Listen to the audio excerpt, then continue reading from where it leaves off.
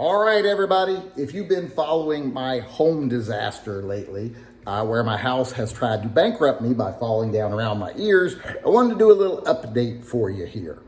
If you remember, this all kind of started when our outdoor spigots froze up and the line burst last winter. And when I was going to fix them this summer, I left a valve open that I shouldn't have, and it drained our reservoir and burnt out the pump in our reservoir.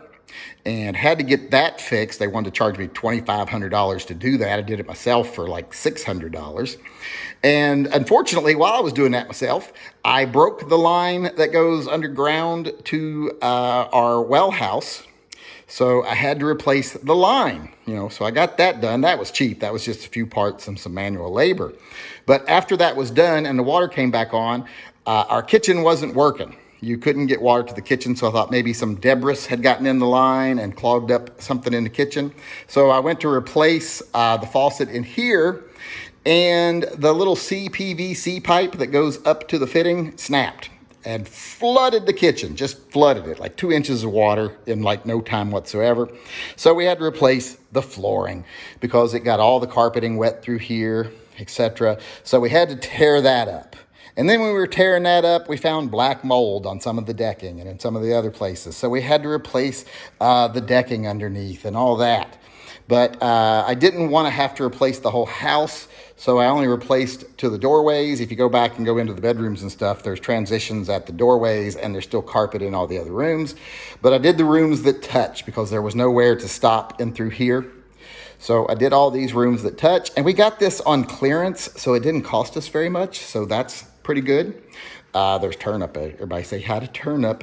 We put in new beds in here when we put the furniture back, which we didn't put all the furniture back because I thought there was too much furniture in here as there was. But we bought new dog beds, and he don't want to use them. He said he's not a floor dog, and he's insulted that we would even think he should use them. But like I was saying, we replaced all the wood flooring. It's not real wood. It's the wood laminate. I mean, it's real wood, but it's got a laminate coat on it. But it's warranted for 25 years and it's Pergo, so it turned out pretty nice. I was really worried about where it meets up to this curve we have in the kitchen, but the 12 millimeter thick boards ended up being perfectly flush with the tile, so we just rounded them off at the wood and the tile junction there, and then put a little filler putty in there, and looks really nice in person. Well, we got all that finished.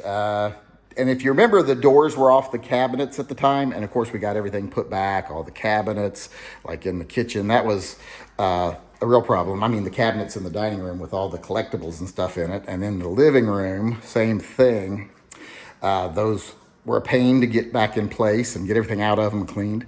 But if you remember at the beginning, we had the doors off all the cabinets in here because I was just starting on that project when everything else went kablooey.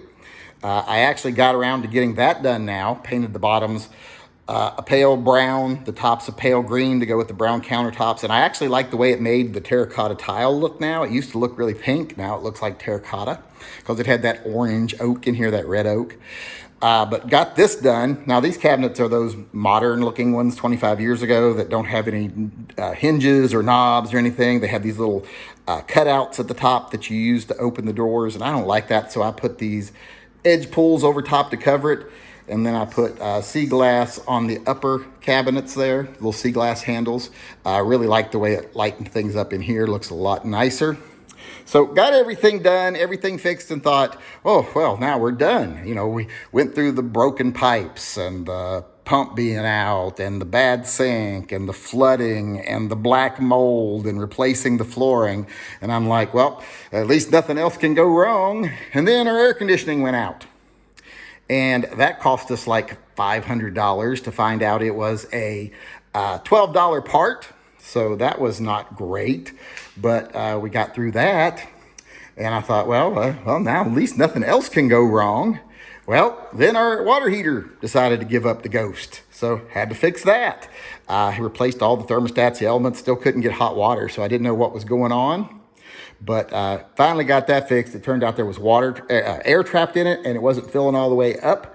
And the top element exploded, the new one that I put in there. So I got another one put in there now. We have hot water again. So I don't want to tempt fate by saying, no, nothing else can go wrong.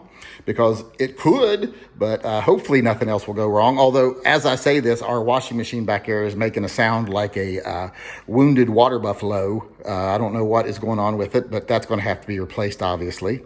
But hopefully after that, my house is done trying to bankrupt me and that everything is back together.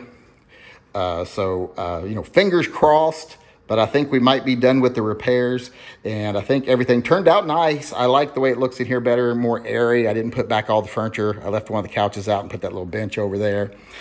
Turnip doesn't approve, though, because that was his couch, which is why we got the dog beds. Say hi to you, Turnip. You haven't moved this whole time.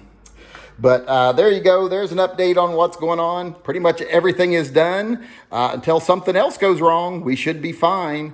But I just wanted to do a little update for everybody who's been following along.